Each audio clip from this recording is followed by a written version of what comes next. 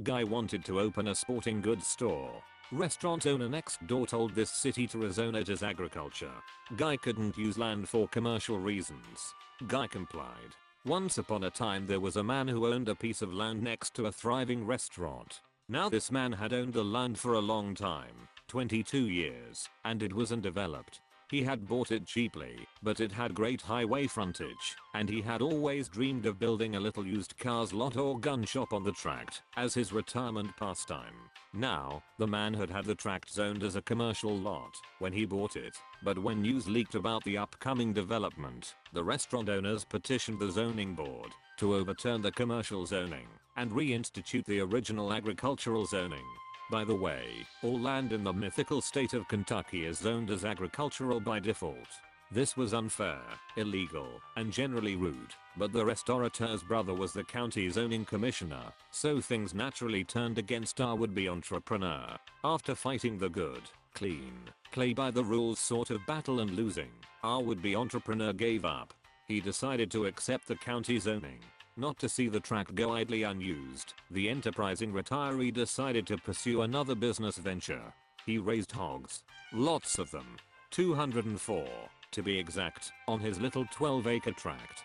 For those of you unfamiliar with the climate in time-lost Kentucky, the summers are downright southerly in their humidity and heat. As you can imagine, a rather malignant odor grew up around the thriving hog farm. Patrons of the restaurant ate elsewhere, anywhere else to be exact. In a matter of weeks, the zoning commissioner reversed his earlier ruling, returning the commercial status of the lot. It is another caveat of Kentucky zoning law that land can always be used for a purpose lesser on the scale of hierarchy than its current zoning. Everyone, especially the restaurateur, was surprised when the hog farm remained in operation. Nothing, not even substantial financial offers, could convince the new farmer to quit his now beloved occupation. Exactly 3 months and 4 days after the opening of the hog farm, the restaurant closed its doors for good. The farmer, in a fit of depression, ceased hog farming and decided to open a small sporting goods store instead. It remains there to this day, alongside his newly acquired restaurant. Firm complains I didn't charge them $1,000 for a port. Ends up paying $100,000 a year in other fees I wasn't charging them. So, bear with me as I try to make this clear and concise. I work in a field with few firms capable of doing what we do. 2, to be exact.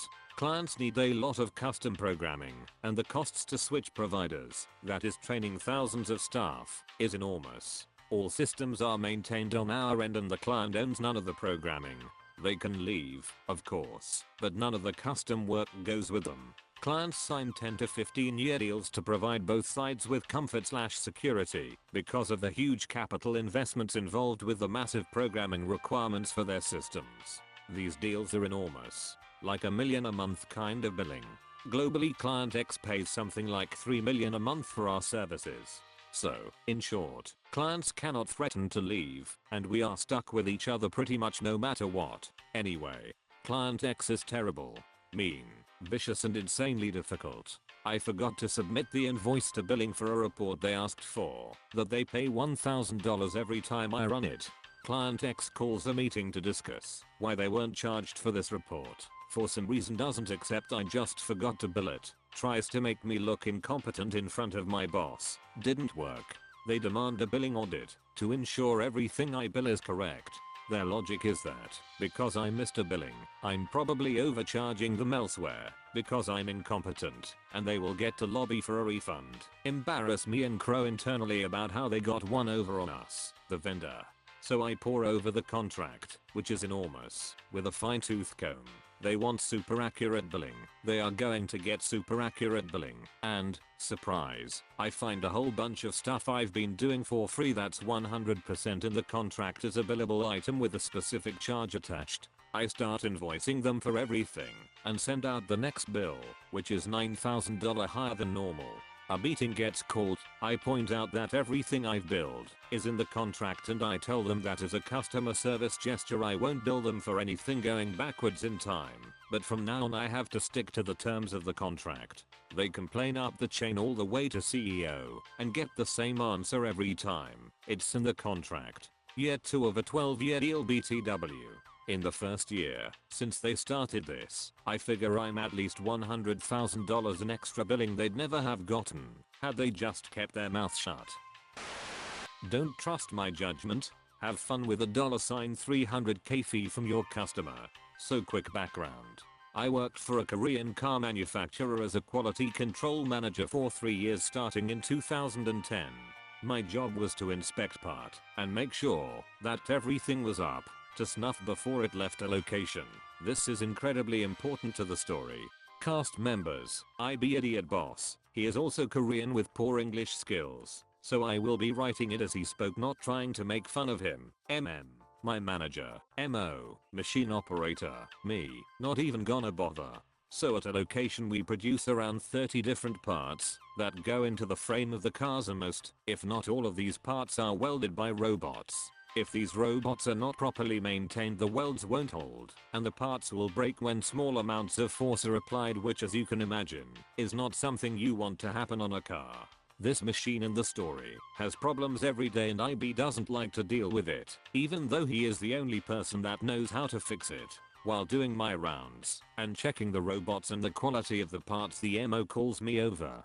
MO, hey, I think these parts aren't getting welded correctly. Me, okay, I'll take a look. I do a quick quality test and it fails horribly. Of the 8 welds, 5 aren't holding. Me, shut down the machine, I'll get IB and get it fixed. I go into the office carrying 4 of the failed parts and begin showing them to and IB. How many has MO made today? Me, about 200 give or take. This machine can easily produce 1500 per day, so this was early morning important info. Okay, we need to do a random test on 50 and get the machine fixed ASAP. IB, no part is good, you test too hard. He trained me on how to test this machine because it had issues, and I did the test per his instructions. Me, I'm sorry about that, will you please come check it for me? He nods, we go out, and he tests the parts so gently that the welds wouldn't break. IB, see, you test a hard part is okay. Me, IB, we have to fix these parts every day because of these issues. Can you please look at the machine and make sure? IB, machine is okay, you don't touch and don't check, I will do, all part is okay. We argue back and forth for about an hour, me trying to reason with IB and him ignoring my concerns. I look to who shrugs and tells me to leave that machine alone, which I agree to do, knowing that we will get help from the customer. This particular part is required on every car that is assembled, I think 4 per car, maybe more depending on the model, and is a key component to the car. It is added near the end of the process, meaning the car is fully assembled, and this part cannot be repaired at that point due to its location, and the whole car must be scrapped, and all of us know this. And thus begins the malicious compliance. We run this machine hard for 3 days, day and night, producing close to 9,000 parts that I'm certain are all bad, but I don't actually know because I'm not allowed to check any of them, and I don't. On the 4th day the machine burns out a circuit board and can't function, but we had made a week's worth of parts already, so not a big deal, but the 9,000 part had been sent to our customer. Now this is when everything goes south. IB forgot that our customer also checks these parts and will complain and return any that are not up to snuff and bill us for them. They also keep records of how many are used out of each batch. A single part costs $22.50, and if it is bad we have to refund them and pay a fee of $6 per part on the ones that don't make it onto the car. If it goes on the car we have to pay the entire cost of the car. IB gets a call first thing in the morning on the 5th day. I don't know what is said, but he leaves to go visit the customer and spends all day down there. I ask what's going on. Me, so what was with that call? IB looked terrified. You remember how we didn't check that machine and let it run for several days? Me, yeah, did they find the bad parts at customer's warehouse? Worse, they assembled close to 100 cars, maybe more, before they noticed the issue. IB came back and tried to blame us. Before we reminded him that he told us not to touch the machine or test the parts, he was still pissed, but couldn't do anything to us because we followed orders. IB got reamed by the CEO and COO of the customer company for 8 hours straight, and our company got a bill for over $300,000 for the scrapped vehicles, plus fees for the bad parts and a fine for sending bad parts. Still want me to show up? Sure, MMC. So a bit of backstory. I was fresh into the Army National Guard at the time and around 17.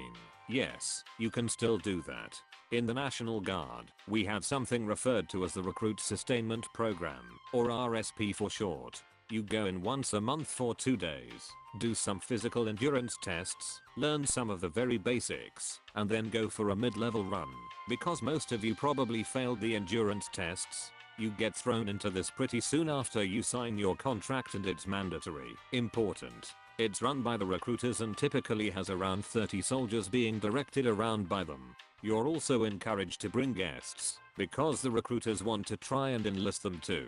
The recruiters typically don't give two fucks about trying to pretend to be nice to those already enlisted anymore, because they already got your soul on paperwork. However, it was a completely different side of the coin. When they interacted with the guests, you get paid to show up, and I wasn't missing school because of it, so I didn't mind too much. Bulled up. It's important to know 2 things about me for this story, to be as entertaining to you as it was to my friends. I don't get sick often, but when I do, it's bad. I'm ridiculously petty. I had an RSP weekend just around the bend, about a week or so away. I don't remember exactly what I had caught, but for the sake of the story, let's call it prevatitus. I was throwing up, had chills, headaches, and just generally felt like a walking, talking, bona fide 2-pound bag with 3 pounds of shit in it. Unlike most civilian jobs, you don't get sick days in the military. If you are sick and can't come in, then you need documentation. I knew calling in the day before and trying that avenue wouldn't work, so I ended up going to an urgent care close to where I lived. While I was there, I explained to the doctor about my RSP weekend and asked if I could get a doctor's note. He obliged. Fast forward to about 2 days before RSP. I called up the NCO, non-commissioned officer, essentially a manager for those unfamiliar, and explained that I was sick and had a medical professional deem me unfit to work until I recovered. The NCO said that I'd still have to come in. I figured that it was because I hadn't supplied the documentation yet, so I emailed a copy of it to her and explained that it was legitimate. She completely brushed it off and told me come in, and if they thought it would keep me from doing what we were supposed to do, they would send me home. Bear in mind that the person I'm speaking with does not come close to being even the LaCroix of someone with medical knowledge. I reluctantly agreed, and that was the end of the conversation. While I was fairly confident the night before that I would be sent home soon after arriving, I prepared some insurance just in case. I had some cranberry juice stocked up because it helped my stomach during the day, so I started drinking nothing but cranberry juice the night before. Partly in an attempt to settle my stomach, and partly for theatrical effect. Fast forward the next morning.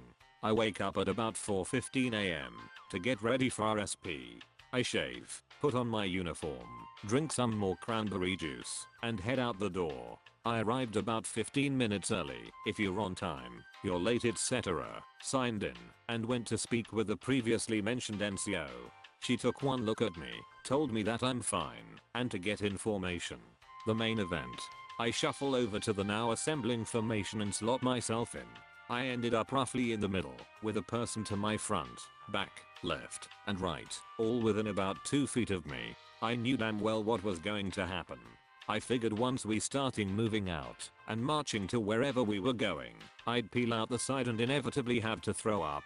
They'd see it, and not wanting to have the guests see it, send me home. But that thought came to a stop like a paper plane hitting a brick wall when I felt it. The fucking. I didn't have time to move away or get anyone else out of the splash zone before I opened fire. The spew came up, out, and right in front of me. It hit the floor and splattered all over the legs of the unfortunate souls of those who had the misfortune of being near me that moment. Here's where my insurance comes into play. Because around 80% of my fluid intake the past 2 days was cranberry juice, my geyser of a mouth wasn't just puking in the traditional sense. It had velocity, but more importantly, was a rich red color when combined with the mucus and stomach acid. For those who didn't know any better, it looked like I was vomiting about a liter of pure fucking blood. The poor kid to the right of me looked like he was going to pass out, and the recruiters plus NCO had the most priceless look of oh fuck on their face. Sadly, before I could take in the looks on their faces fully, the next wave hit me, and up came the spray again. Aftermath. One of the recruiters pulls me out of the formation, still puking along the way, and sets me aside in the rear. The same NCO I spoke with earlier comes up to me with a very defeated look and sends me home. I know it's not the most satisfying MC on the subreddit, but it's still my most smug moment in the service. If you enjoyed the stories, slap the like and subscribe button for more of them, and don't forget to support the original writers with an upvote. Links are in the description. Peace out, and catch you tomorrow.